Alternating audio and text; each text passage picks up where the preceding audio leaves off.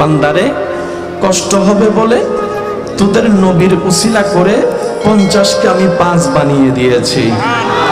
50কে আমি তোদের কষ্ট হবে বলে 5-এর অঙ্কে এনে দিয়েছি।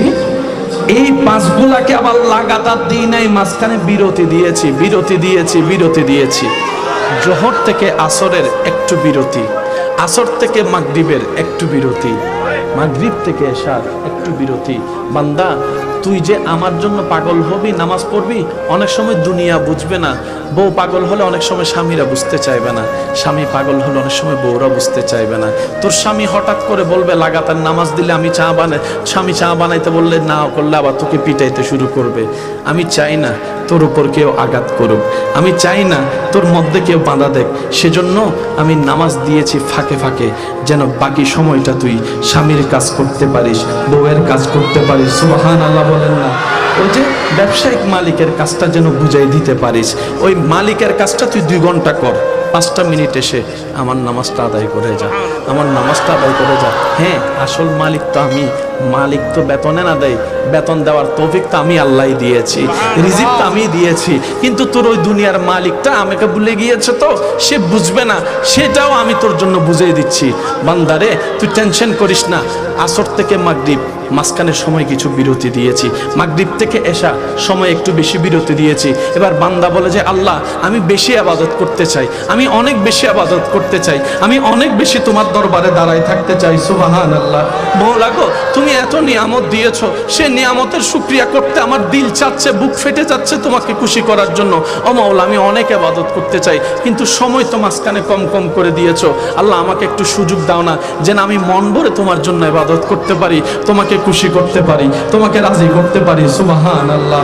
বান্দার সেই আকুতি মিনতি দেখে রব্বুল আলামিন বলে যদি আমি তোকে জোহর এবং আসরের সময়ের মতো দিই, মালিক তোকে আবার ডেকে দিবে, তোকে আবার সেই মালিক ডাকবে কাজের জন্য, চাকরির জন্য।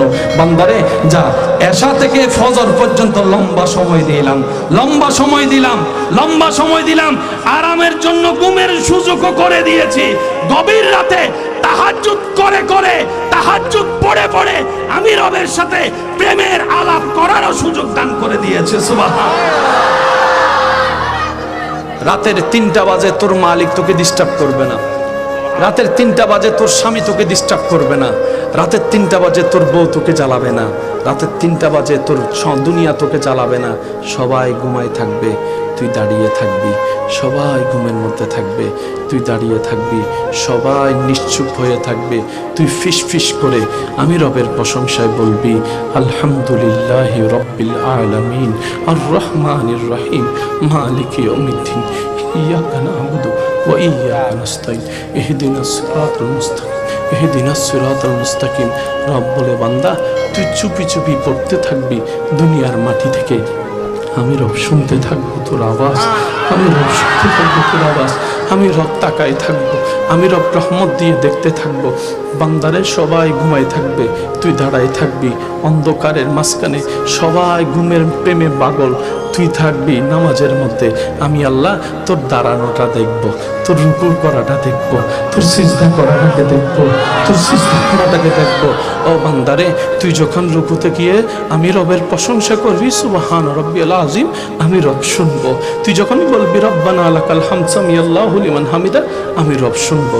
ও আমার বান্দারে তুই যখন সিজদায় গিয়ে কপালটা ঝুঁকাই দিয়ে চুপি চুপি রবের প্রশংসা করবি সুবহানা রাব্বিয়াল আলা, সুবহানা রাব্বিয়াল আলা, সুবহানা রাব্বিয়াল আলা, আমি রব শুনে থাকবো, তোর সেই জিকিরগুলো শুনতে থাকবো। তুই আমার বড়ত্বের প্রশংসা করবি, আমি শুনে থাকবো। তুই আমার বড়ত্বের প্রশংসা করবি, আমি শুনে থাকবো। তুই আমাকে আলা বলবি, আমি শুনে থাকবো। বান্দারে মনে রাখ, তোর সারা জীবনের একটা সিজদাও যদি আমার পছন্দ হয়ে যায়, একটা রুকু যদি আমার